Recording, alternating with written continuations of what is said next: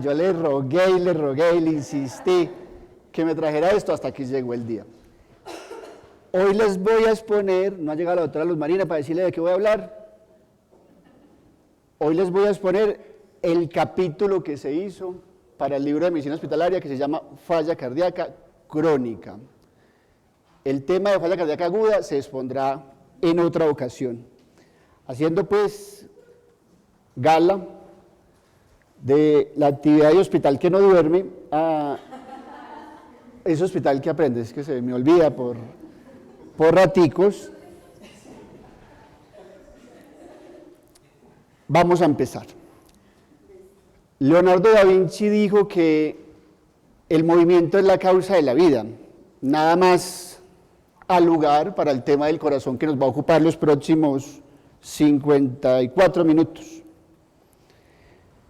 Para la realización de esta guía, tuve en cuenta estas guías de este capítulo. En primer lugar, las guías de falla cardíaca aguda y crónica de la Sociedad Europea de Cardiología del 2012, las guías de la AJA del 2013 sobre falla cardíaca, una revisión de tema Un estado del arte del Dr. Bramwell del 2013 también, yo para qué trae gafas. Las guías canadienses sobre falla cardíaca aguda y crónica del 2012, el infaltable Up to Date, que no nos puede faltar nunca, y cómo no, revisar las guías colombianas de falla cardíaca crónica del adulto, publicadas en la Revista Colombiana de Cardiología en su suplemento del 2007. Aprovecho la oportunidad para decirle que la mayor parte de estos artículos los pueden encontrar en esta página.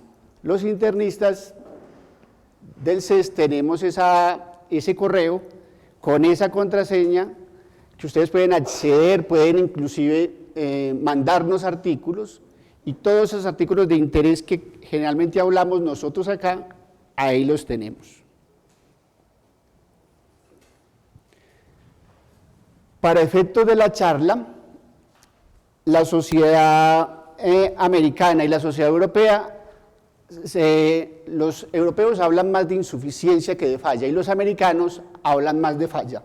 El capítulo se hizo con el término falla cardíaca crónica. Es indiferente en el transcurso de la charla que ustedes van a oír hablar de falla y de insuficiencia. ¿Qué contiene el capítulo entonces?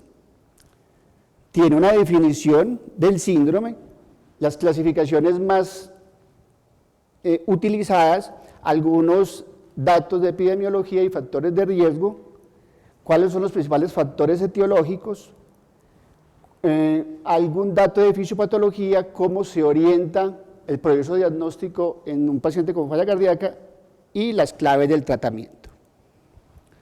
¿Cómo se define entonces la falla cardíaca crónica? Se define como un síndrome clínico complejo que puede resultar de algún desorden, ya sea funcional o estructural del corazón, que altera la capacidad de llenarse, lo que conocemos como disfunción diastólica, o la capacidad de eyectar la sangre, lo que conocemos habitualmente como disfunción sistólica. Este síndrome es caracterizado por síntomas específicos, principalmente disnea y fatiga, y por algunos signos claves, casi siempre presentes, como la retención de fluidos. ¿Cómo se clasifica la falla cardíaca crónica? A través de la historia hemos tenido muchas clasificaciones, muchas. Hemos conocido fallas cardíacas de bajo o alto gasto, fallas cardíacas agudas o crónicas de acuerdo al tiempo de evolución, fallas cardíacas izquierdas o derechas, fallas cardíacas anterógradas o retrógradas, fallas cardíacas sistólicas o diastólicas, pero hoy por hoy esto se ha simplificado en estas tres clasificaciones. En primera instancia, una falla cardíaca de acuerdo a la fracción de eyección, en segundo lugar, de acuerdo a la clase funcional del paciente, y en tercer lugar, de acuerdo a la etapa o estadio en que se encuentre la enfermedad. La primera clasificación, que habla de la fracción de eyección, tiene que ver con criterios ecocardiográficos. La fracción de eyección medida por ecocardiografía normal se considera por encima del 50%. Cuando está por debajo del 40%, se considera una falla cardíaca con fracción de eyección reducida. Cuando está por encima del 50%, una falla cardíaca con fracción de eyección preservada. Y hay una zona gris que tiene fracciones de eyección entre 40 y 50, que generalmente estos pacientes se consideran que tienen una disfunción sistólica leve. Las fallas cardíacas con fracción de eyección preservada son más difíciles de diagnosticar y generalmente es un diagnóstico por exclusión, pero generalmente tienen un pronóstico más benigno. Eso es una postal de Nueva York, tal vez en el último viaje a la Gran Manzana, y si no estoy mal, el primero y el último. Es una clasificación que todos conocemos y yo creo que inclusive los anestesiólogos siguen utilizando hoy por hoy, la clasificación funcional de la Asociación del Corazón de Nueva York, que tiene en cuenta clasificaciones del 1 al 4, la clasificación funcional habla de un paciente con mínimos o escasos signos de falla cardíaca, es un paciente prácticamente asintomático. El paciente con clase funcional 2 tiene una disnea de grandes esfuerzos, pero las actividades de la vida cotidiana no le provocan ninguna restricción. El paciente con clase funcional 3 tiene una disnea de moderados esfuerzos, ya hay alguna limitación para sus actividades de la vida cotidiana.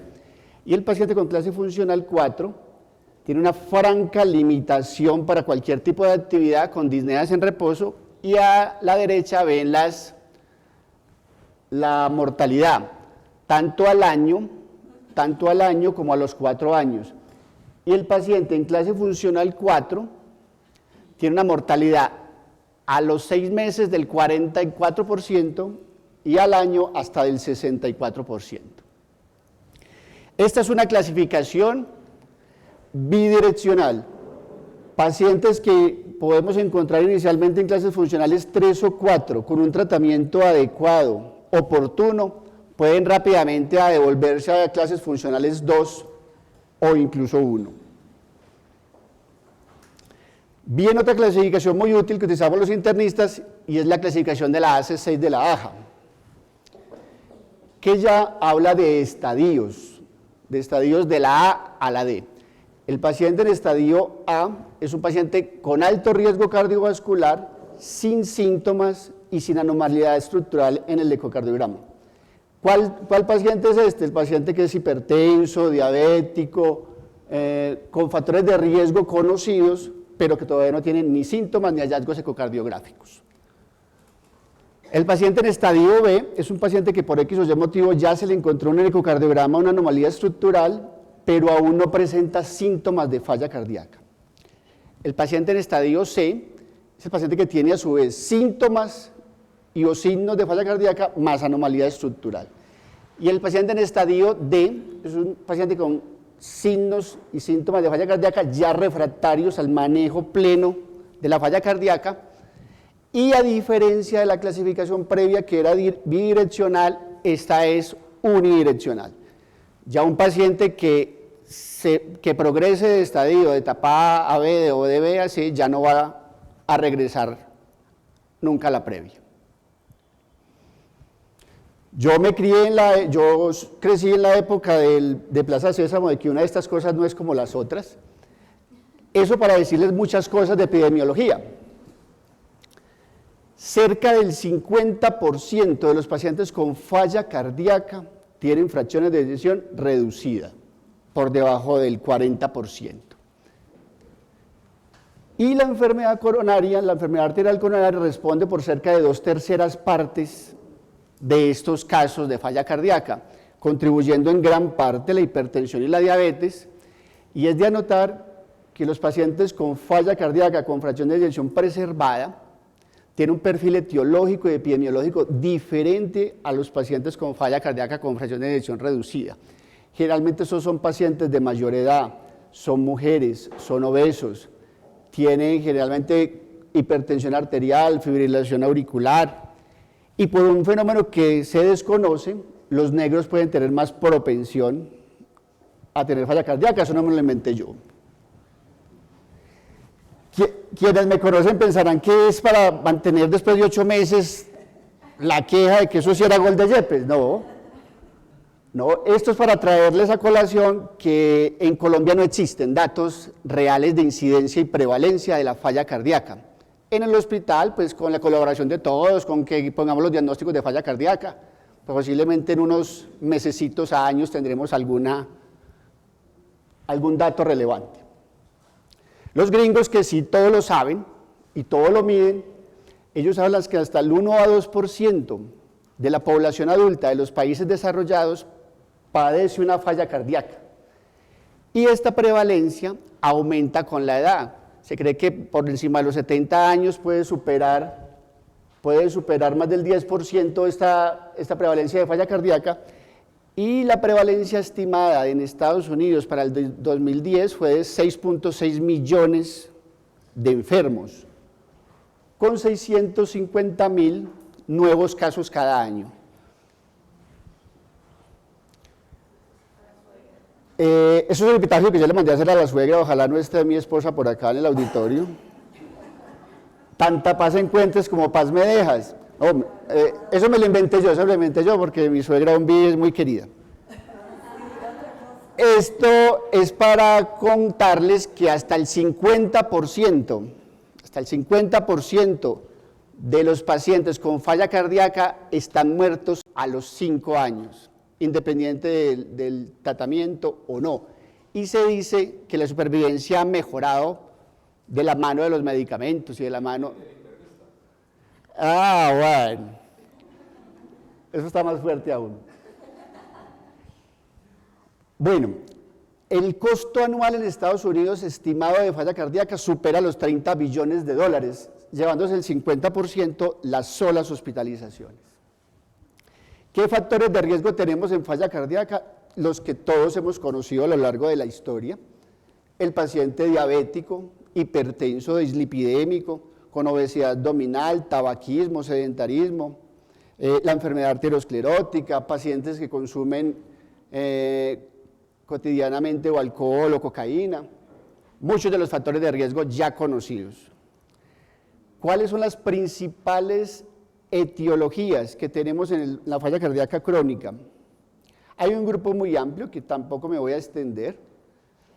Las miocardiopatías, en primer lugar, con ventaja está la enfermedad arterial coronaria, le sigue la hipertensión arterial, y viene un grupo grande de miocardiopatías, entre ellas las familiares y las adquiridas, a mencionar las infecciosas, las miocardiopatías infiltrativas, las miocardiopatías de origen metabólico, la miocardiopatía del embarazo.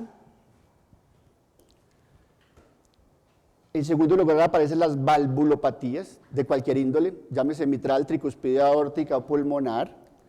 Vienen las enfermedades pericárdicas, que ya sea un derrame pericárdico, una pericarditis constrictiva, las enfermedades endocárdicas, que son más raras.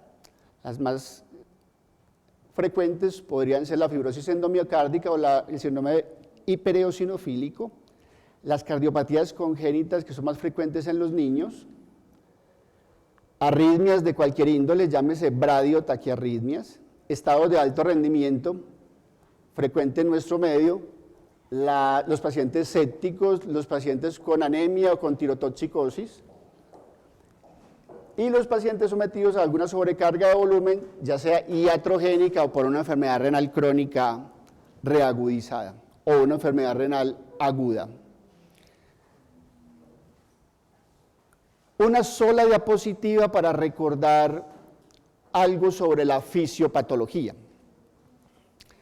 Qué pena que no les alcancé a traducir esta diapositiva, pero un hospital que aprende tan temprano debe ser bilingüe rápidamente. Yo le resumo esto en lo siguiente. Esto sí se ve alguito, puede ser. Todas estas notas que acabamos de ver en los factores etiológicos van a llevar a una falla ventricular izquierda en primera instancia. Esa falla ventricular izquierda lo que nos va a producir, por un lado, la reducción de la presión sanguínea y por otro lado, la reducción de la perfusión renal. Estos dos fenómenos nos van a activar diferentes mecanismos. En primer lugar, se activa el sistema simpático con la liberación de norepinefrina, y en segundo lugar, se activa el sistema renina-angiotensina-aldosterona. Al activarse el simpático con la liberación de noradrenalina, hay una toxicidad directa al miocardio, se incrementa la frecuencia cardíaca y se incrementa la vasoconstricción. Estos dos fenómenos llevan a que se aumente la demanda de oxígeno, a que se aumente el estrés de pared y a que todo esto lleve a que se genere la remodelación ventricular, generando aún más daño ventricular izquierdo y perpetuando este círculo vicioso. El hecho de que se disminuya la perfusión renal y que active el sistema renina-angiotensina-aldosterona nos va a causar la retención de agua y de sodio con el aumento de la reabsorción de estos y con la fibrosis intersticial. Esto es lo que nos explica finalmente lo que encontramos en los pacientes, los signos congestivos, los edemas de miembros inferiores, el edema pulmonar, los derrames pleurales. En conclusión, lo que en una falla cardíaca, lo que inicialmente son mecanismos compensatorios para subsanar esta baja de presión, esta baja de perfusión renal, lo que es benéfico en un inicio, la perpetuación de estos fenómenos, es lo que finalmente lleva a que el corazón cada vez sea más insuficiente. ¿Cómo se hace entonces el abordaje diagnóstico de los pacientes con falla cardíaca? Tenemos tres pilares grandes, y es una adecuada historia clínica, un minucioso examen físico y unas pruebas complementarias basadas efectivamente en la racionalidad técnico-científica. Todos estos tres pilares tienen nivel de evidencia C, consenso de expertos. En primer lugar, para hablar cosas grandes de la historia clínica, hay que hacer énfasis en cuál es el verdadero motivo de consulta del paciente. La evidencia muestra que los pacientes generalmente consultan por cualquier tipo de disnea, por edemas, por una disnea de reposo o por una queja de fatiga. Siempre debemos hacer énfasis en los antecedentes del paciente, si el paciente es hipertenso, si ha tenido una enfermedad arterial coronaria, algún tipo de valvulopatía o arritmia, algún trastorno tiroideo o ha cursado con algún proceso infeccioso importante, uso de medicamentos, esto es muy importante. Hay un grupo grande de medicamentos que puede generar o inclusive agravar una falla cardíaca de base, algunos medicamentos antiarrítmicos del grupo 1A y 1C, algunos medicamentos de uso común como los antiinflamatorios no esteroideos, contraindicados sí o sí, como vamos a ver más adelante en el paciente en falla cardíaca, algunos medicamentos de quimioterapia, algunos tóxicos como el alcohol y la cocaína, siempre averiguar por este tipo de antecedentes en el paciente. Para el diagnóstico siguen siendo útiles y se siguen utilizando en muchos estudios los criterios de Framingham para el diagnóstico de la falla cardíaca. Los criterios mayores que conocemos son la cardiomegalia, la disnea paroxística nocturna, la distensión venosa yugular, los estertores, el edema agudo de pulmón, el ritmo de galope, el reflujo hepatoyugular, entre otros, y los menores hablan de los edemas de miembros inferiores, la tos nocturna, la disnea de esfuerzo, la hepatomegalia y estos otros que vemos aquí en pantalla. Para el diagnóstico, según los criterios de Framingham, sigue siendo válido tener un criterio mayor con dos menores. Esta diapositiva la traje, es evidente que tanto allá como acá hay médicas muy bonitas, pues nos caracterizamos por eso en estos dos hospitales. La Sociedad Europea divide estos síntomas y estos signos en unos síntomas típicos y en unos signos específicos o menos específicos. Los síntomas típicos son muy de la mano de los criterios mayores que veíamos de Framingham. Los signos típicos de falla cardíaca son la disnea, ortosnea, la disnea paroxística nocturna, la baja tolerancia al ejercicio, la queja de fatiga y la inflamación de los tobillos. Y los signos más específicos son la presión venosa yugular elevada, el reflujo hepatoyugular, el ritmo de galope, el impulso apical desplazado a la izquierda o presencia de soplos cardíacos. Y en segundo lugar, hay unos síntomas que ellos declaran como menos típicos, como los que vemos acá, y unos signos menos específicos, como los que vemos a la derecha. ¿Eso para qué lo tienen ellos subdividido así? Porque para los criterios ya de falla cardíaca, ellos utilizan estas dos cosas. Aquí arriba, si se ve alguito, aquí arriba están los criterios para falla cardíaca con fracción de eyección reducida. que implica síntomas y signos típicos de falla cardíaca, como los que vimos en la diapositiva previa, más una fracción de eyección reducida demostrada por ecocardiografía. Y abajo está cómo se hace el diagnóstico de una falla cardíaca con fracción de eyección preservada, que igualmente son síntomas y signos típicos, con una fracción de eyección normal o ligeramente deteriorada, como les explicaba al inicio, entre 40 y 50, que se considera una disfunción sistólica leve, pero que tengan como cuarto criterio diagnóstico, como cuarto criterio una cardiopatía estructural relevante, ya sea una hipertrofia ventricular izquierda, un agrandamiento de la aurícula izquierda o una disfunción sistólica reportada por el cardiólogo en la ecocardiografía. ¿Qué pruebas complementarias deben tener todos los pacientes?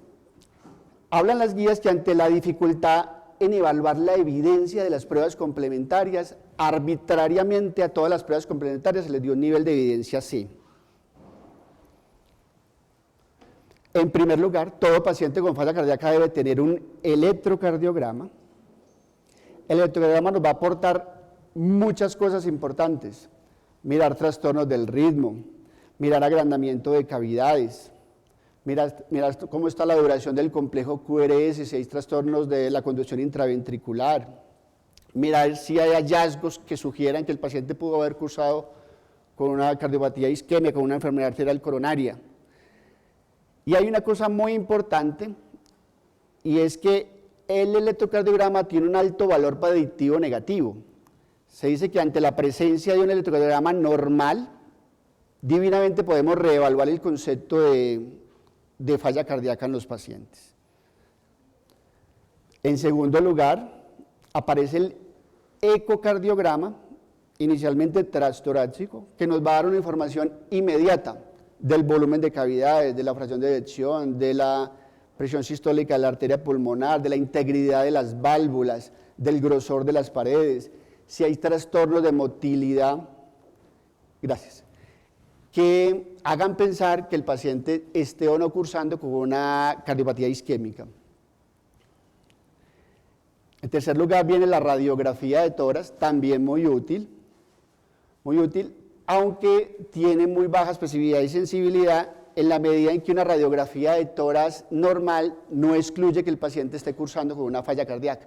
Aquí, ¿qué vamos a buscar? Cardiomegalia esencialmente, signos congestivos, derrame pleural, signos de edema pulmonar, agrandamiento de cavidades por la cardiomegalia propiamente dicha.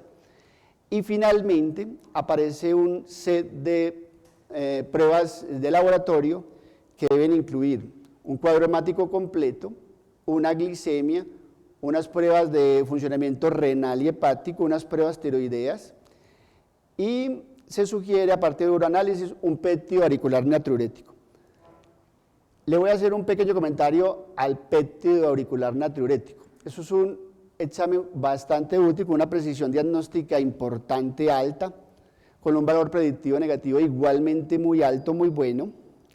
En nuestro hospital lo que se hace es este propéptido auricular natriurético. Se hace y no se hace. Lo que se hace en nuestro medio es este examen, pero ese se remite a otra institución.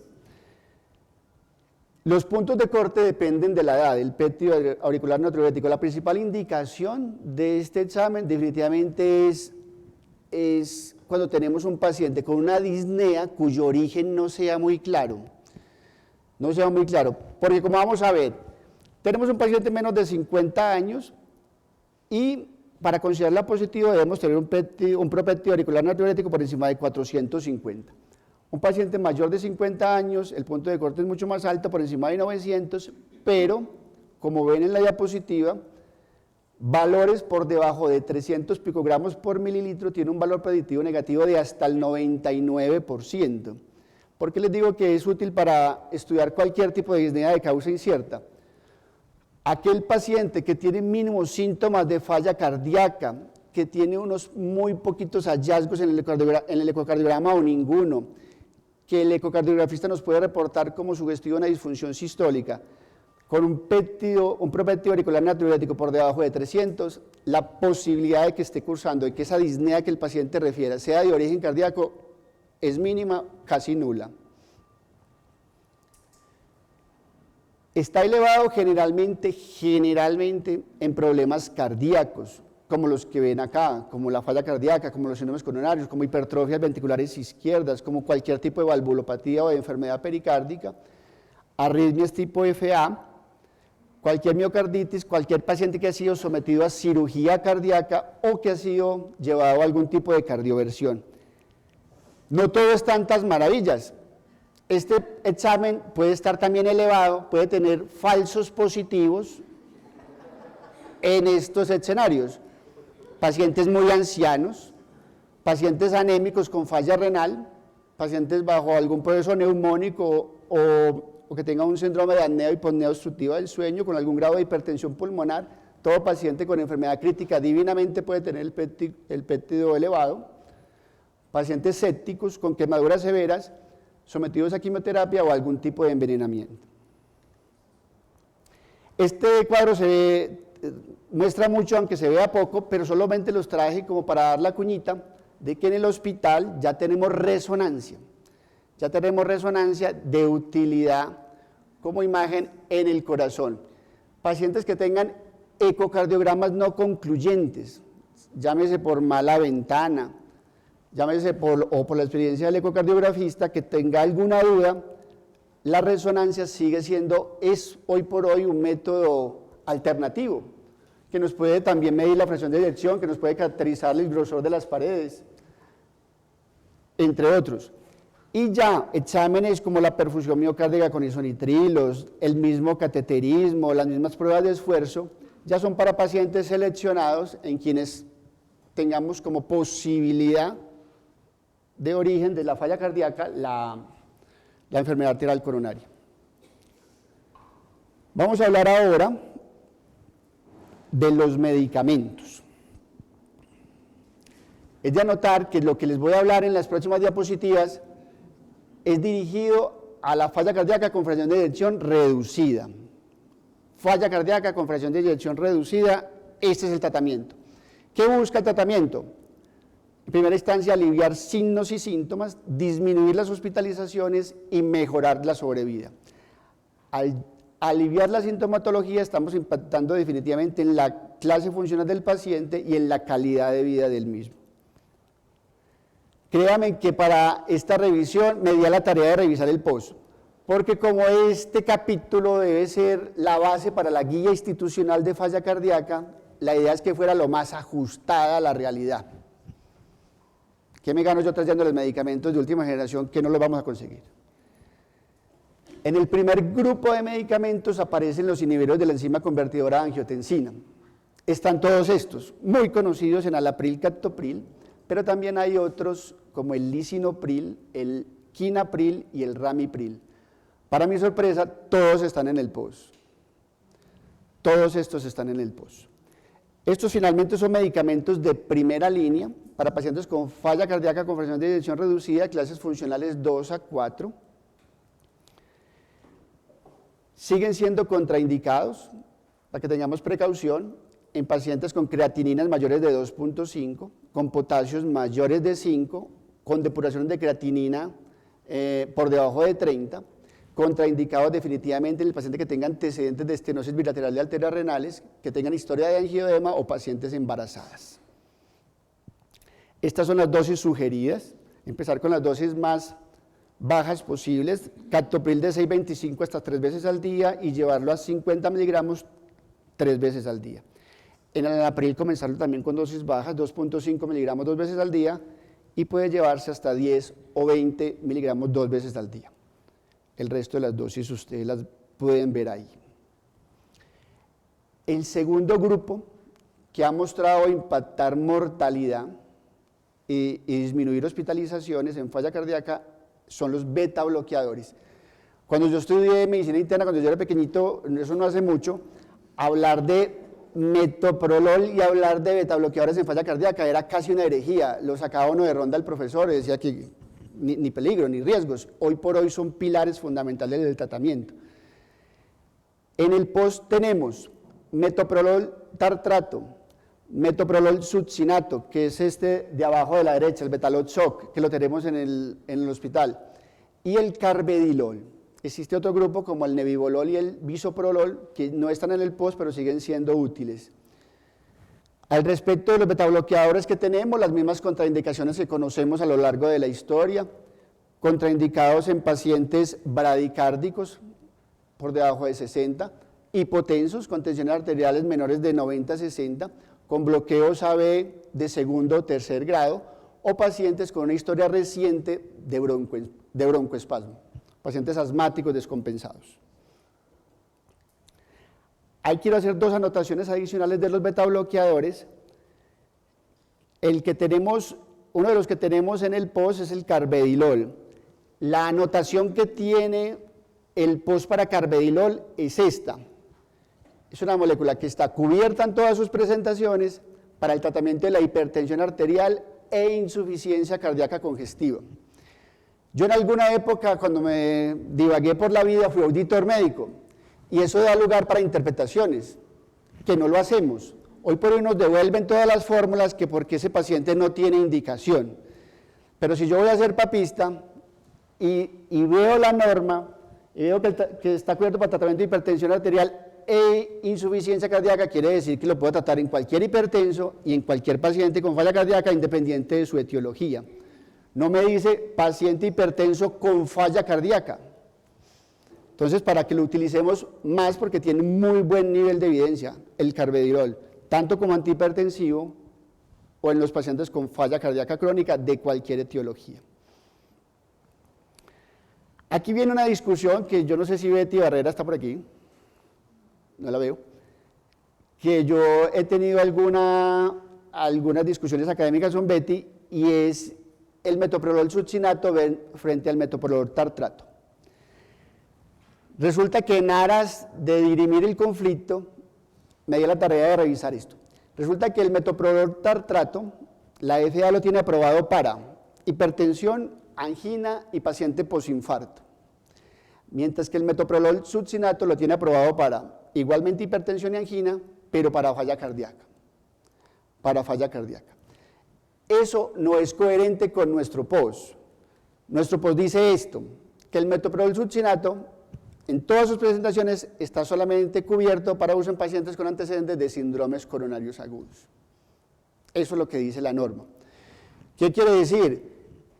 Que todos esos pacientes con falla cardíaca de causa isquémica está perfectamente indicado el metoprolol succinato. ¿Y cuál es la discusión que hay detrás de todo esto? El metoprolol succinato, al ser de liberación prolongada, hace que nuestro paciente esté protegido y perfectamente beta bloqueado las 24 horas, mientras eso no se logra con el metoprolol tartrato, que es el que históricamente hemos utilizado. Aparte, todos los estudios que realmente han impactado en mortalidad, en disminución de hospitalizaciones, en mejorar calidad de vida, mejorar síntomas, son hechos con el metoprolol succinato. En Europa y en Estados Unidos no se hacen estudios con metoprolol tartrato. Entonces, por eso es que extrapolamos y tratamos de meter un poquitico más en nuestro hospital el succinato en vez del tartrato. Estas son las dosis sugeridas de los beta bloqueadores. Aquí habla de la dosis de metoprolol succinato, puede ser llevada hasta 200 miligramos una vez al día, recuerden que es de liberación prolongada, y el carvedilol, empezar con dosis bajas de 325 dos veces al día y llevarla hasta 50 miligramos 2 veces al día. Viene el tercer grupo de medicamentos que han demostrado reducción de mortalidad y reducción de hospitalizaciones en falla cardíaca. Son los antagonistas de los mineralocorticoides, entre ellos la espironolactona y la eplerenona. El único que está en el POS es la espironolactona, que es el aldactone que todos hemos conocido. Este grupo de medicamentos tiene las mismas contraindicaciones de los inhibidores de la enzima convertidora de angiotensina, como son las creatininas mayores de 2,5, las depuraciones por debajo de 30 y el potasio por encima de 5. La eplerenona tiene una discreta ventaja con respecto a la espironolactona en el sentido de que no causa agrandamiento mamario doloroso en los hombres, que puede estar con la espironolactona hasta en un 10% de los casos. Y las guías europeas ya recomiendan utilizar también eplerenona en vez de la espironolactona, pero es indistinto hoy por hoy para nuestro medio utilizar el uno o el otro. Estas son las dosis. La espironolactona puede ser llevada hasta 50 miligramos una vez al día, aunque nosotros hemos utilizado dosis hasta de 100 miligramos con seguridad. Aquí está el resumen de la evidencia de estos tres grupos grandes de medicamentos: inhibidores de enzima convertidora de angiotensina, los beta bloqueadores y los antagonistas de los mineralocorticoides. Estos tres han mostrado reducir riesgo de hospitalización y muerte prematura, todos con grado de evidencia 1, un nivel de evidencia A, con grado de recomendación 1, nivel de evidencia A, los tres.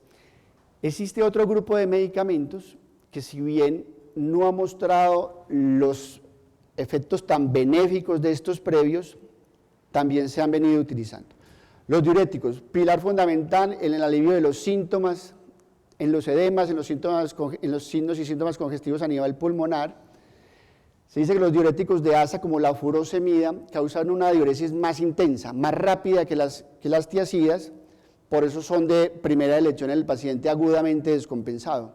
La hidroclorotiazida ya en los pacientes crónicos compensados se puede utilizar con seguridad, y el medicamento que aparece abajo a la derecha, que es la indapamida, es un diurético relativamente nuevo que ha mostrado buen efecto antihipertensivo, incluso como monoterapia. Atentos cuando utilicemos altas dosis de diuréticos al control de electrolitos permanente. Aquí están las dosis. Los que más utilizamos, la furosemida, el techo de la furosemida es muy alto, podemos llevarlos hasta 240 miligramos al día, y la hidroclorotiazida igualmente la podemos llevar hasta 100 miligramos al día. Ya hay otros medicamentos que aparecen que no han mostrado el efecto grande de los tres grupos iniciales, excepto los ARA2, que los vamos a ver seguidamente, pero que también son útiles esencialmente en disminuir la sintomatología y en disminuir las hospitalizaciones por falla cardíaca. En primera instancia aparecen los ARA2, los antagonistas de los receptores de angiotensina 2. Existe un grupo muy grande, yo creo que este es el sector de la farmacología en lo que a nuestra especialidad corresponde, más competido y de más difícil manejo. Todos estos ARA2, llámese candesartán, telmisartán, valsartán, el irbesartán y una sarta de medicamentos más, todos tienen su estudio grande que dicen que son lo máximo en guarachas para la falla cardíaca con síndrome coronario, la falla cardíaca con enfermedad renal, pero definitivamente lo único que tenemos en nuestro medio es el losartán, y el único que tenemos en el POS adicionalmente. Estos medicamentos, al igual que los IECA, han demostrado disminuir mortalidad, disminuir hospitalizaciones, tienen prácticamente las mismas indicaciones y contraindicaciones de los IECA, no han mostrado superioridad en la mayoría de estudios con respecto a los IECA, y la única ventaja y la única indicación que sigue vigente es utilizarlos solamente si el paciente no tolera el IECA por tos. Me olvidaba comentarles que el mayor efecto, el más frecuente, el que siempre encontramos y el que los pacientes abandonan el tratamiento con los IECAs, es la tos. Cuando el paciente no tolera el IECA, la recomendación es iniciar un ARA2, pero no antes, no como primera línea. Esto es lo mismo que les acabo de decir, nunca como monoterapia, siempre acompañado de un beta bloqueador y una espironolactona. Y estas son las dosis, esencialmente la que le mencionaba del losartán, que es la que tenemos en el POS, que la podemos llevar hasta 50 miligramos 2 veces al día, y la guía inclusive la guía europea habla de 150 miligramos en una sola dosis. Ya hay otros medicamentos que también han sido utilizados, como la ibravradina. Esta sí no ha mostrado reducción de mortalidad, y parece ser útil en el paciente que, a pesar de tener manejo full con IECA o ARA2 si no lo tolera, con beta bloqueador, con espironolactona, continúa con una frecuencia cardíaca por encima de 70. Esta ibravradina es un inhibidor selectivo del nodo sinusal que no afecta presión arterial y puede servirnos para mantener el paciente con una frecuencia cardíaca entre 50 y 60, que es lo ideal en los pacientes coronarios con falla cardíaca. La eterna digoxina que conocemos, igualmente, pacientes con manejo pleno, con los 3 grupos de medicamentos conocidos, con fracciones de eyección por debajo del 45% y que persistan muy sintomáticos. Es útil la digoxina. Mire que el grado de recomendación y la evidencia ya es menor, ya habla de 2B nivel de evidencia B. Menciona algunos vasodilatadores como la hidralazina y el dinitrato de isosorbide, muy similar a las indicaciones, pacientes con fracciones de eyección por debajo del 35%, que tenga manejo pleno con IECA, con betabloqueadores, con espironolactona y que aún persistan sintomáticos. El omega 3, tan comercializado por todas partes, ha mostrado en muchos estudios en la Comunidad Europea reducir riesgo de muerte y hospitalización en pacientes que ya están plenamente tratados, pero con un nivel de evidencia de un grado de recomendación más bajito. Existe un grupo grande de medicamentos que definitivamente no debíamos utilizar y no debemos utilizar porque no han demostrado ningún beneficio. Están las estatinas. No quiere decir que las estatinas sean malas para falla cardíaca, sino que solas, sin el paciente cursar con una dislipidemia o el paciente por el mero hecho de tener una falla cardíaca sin nada más que amerite tener una estatina como para lograr algún beneficio, no se ha encontrado. Lo mismo que los inhibidores directos de la renina como el alisquiren, tampoco ha mostrado beneficio y por el contrario, sumado a IECAS y a espironolactona, han incrementado el riesgo de hiperpotasemias. Antagonistas de los canales de calcio, no dihidropiridínicos como el verapamil y el diltiazem, también contraindicados en falla cardíaca. Pueden agravar aún más los síntomas y los signos de la falla.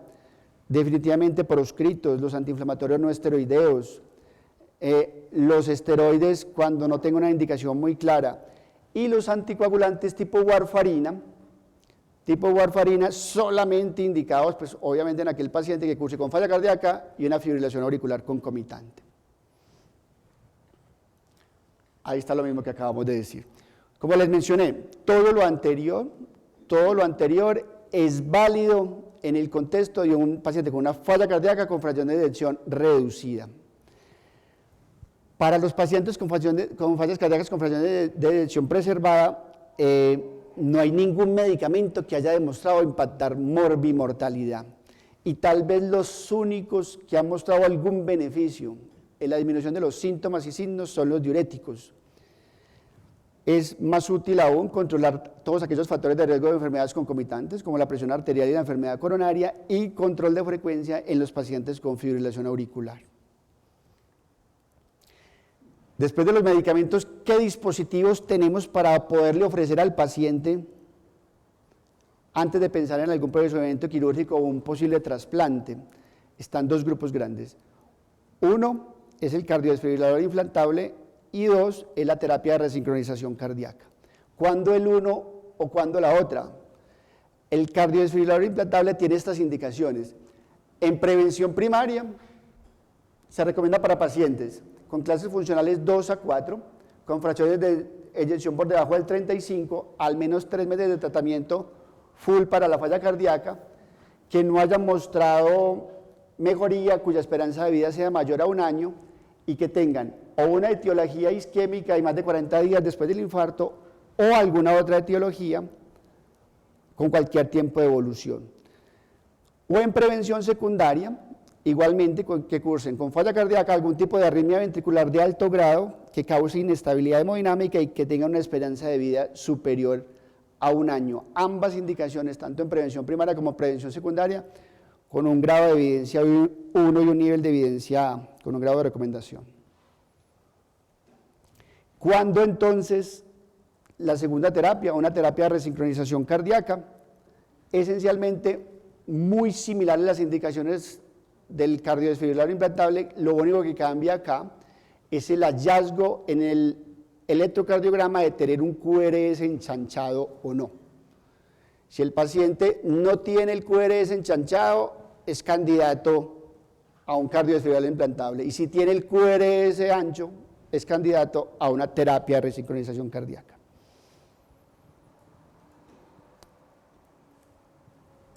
lo vemos con mucha frecuencia. El paciente que conocemos, que viene cada 15, 20 días, descompensado de su falla por X o Y motivo. ¿Cuándo empezar a considerar que ese paciente en falla cardíaca es candidato a cuidados paliativos? Cuando presente hospitalizaciones frecuentes, graves, pese a tener un tratamiento óptimo, cuando el trasplante cardíaco o cualquier otro tipo de intervención como las que vimos no sea la opción, cuando tenga el paciente de base una muy mala calidad de vida con una clase funcional 4 persistente, caquéticos, desnutridos, cuando sea completamente dependiente en su clase funcional. Y aprovecho la diapositiva para anunciarles que a partir de abril tendremos una geriatra que nos va a ver los pacientes para empezar a trabajar un grupo de cuidado paliativo. Cuidado paliativo, este es el tipo de pacientes que nuestra geriatra va a manejar. Vuelvo y les digo, el correo que tenemos, el grupo de internistas, ahí nos pueden mandar los artículos, ahí pueden ver todos estos artículos que vemos acá, y vuelvo y les hago el anuncio. Estos son los primeros capítulos, los capítulos pioneros que mandamos para el libro que está liderando el doctor Oscar Aguirre, pero pues como le decimos a todos los secuestrados, el resto lo seguimos esperando. Muchas gracias por el rato. Doctora María Emilia,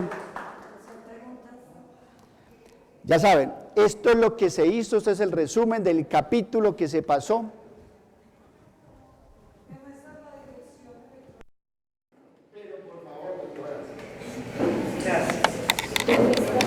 Si nos quieren mandar artículos, ahí está. ¿Hay alguna pregunta para el doctor Luque?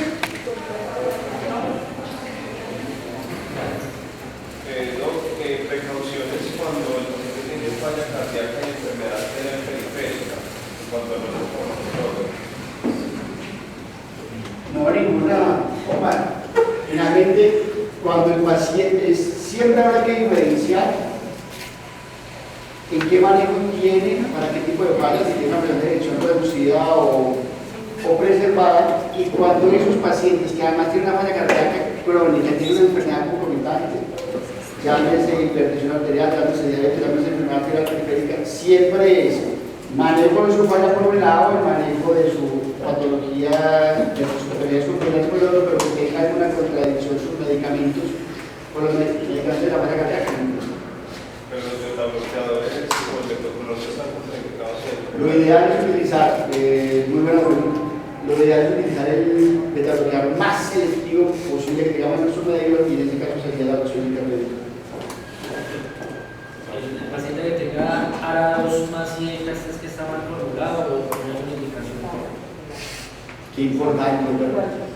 Sí, eso era una recomendación antigua, ya hoy no se utiliza.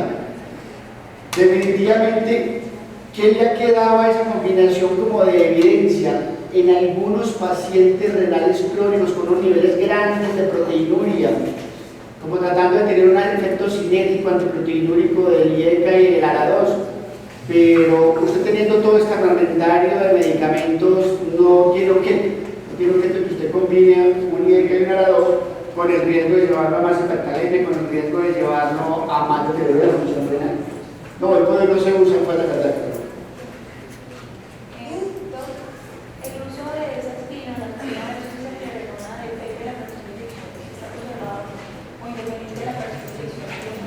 No, como te dije ahí, Denita, esos medicamentos, su mayor evidencia está en fechas de detección por debajo del 40%. Sí o sí, todos esos medicamentos tienen indicación grado recomendación a nivel de evidencia A para fases de detección por debajo del 40%. Y ECA, espinolatona, petología. Más que todo con respecto a GNP. GNP es una especialidad que está presentado para la denuncia del paciente que tiene de causa incierta, sí. De causa incierta, pero pues vemos que de todas maneras se está utilizando mucho en las nuevas vías, inclusive ahorita una enmienda ahí de la Sociedad Colombiana de Cardiología, sabiendo las vías de falla cardíaca de los 15 de casa. Y también recomiendan el PNP como marcador pronóstico, que inclusive se debería pedir dentro de los exámenes de rutina al paciente que llegue con una falla cardíaca descompensada. Sí. Y también en los pacientes con IAE. ¿Dónde lo viste? ¿Dónde lo viste? ¿Cómo? ¿Dónde lo viste? En la página de la Sociedad Colombiana de Cardiología, acá donde publicar las vías. Sí, pero es que eso ha sido discutido. Ha sido discutido esto. ¿Cuándo utilizar el BNT? O el que tenemos en los medios del ProBNT. Ha sido discutido en la medida aquí. Usted tiene un paciente con falla cardíaca, Florida, ya conocido. ¿Para qué le va a pedir un ProBNP si le va a salir supremamente elevado? Porque eso no le va a cambiar la conducta. Por algunos años se sugirió que se midieran los pacientes con falla cardíaca ya establecida, lo que vos decís, como factor pronóstico o inclusive como directriz para dirigir o cambiar el tratamiento. Pero hoy por hoy se ha desvirtuado, prácticamente se tiene casi que esa indicación. Cuando usted tenga ese paciente en un inicio para el diagnóstico, o cuando ese diagnóstico de ese origen de esa idea no sea tan claro. Pero por mucho tiempo se trató como factor pronóstico y como factor para ver si había que hacer algún cambio en el tratamiento. Bueno, muy buenos días. Gracias, doctor Duque. Mucho gusto. Continuando con las pildoritas desde la Oficina de Seguridad del Paciente, quiero confirmarles que para la estrategia número 6 de cirugía segura, Servicios Especiales de Salud dentro de su estrategia adoptó la lista de cirugía segura. Lo más importante y aspectos fundamentales a resaltar es que nosotros realizamos en todos los pacientes la identificación segura del paciente, la confirmación del procedimiento quirúrgico a realizar, la evaluación de los riesgos de ese paciente para ese procedimiento quirúrgico, la pausa quirúrgica y el seguimiento inmediato posoperatorio. Entonces, es reiterarles que contamos con un programa de seguridad del paciente que se llama Seguro, que lo que hace es seguro y que tiene 16 estrategias. Muchas gracias.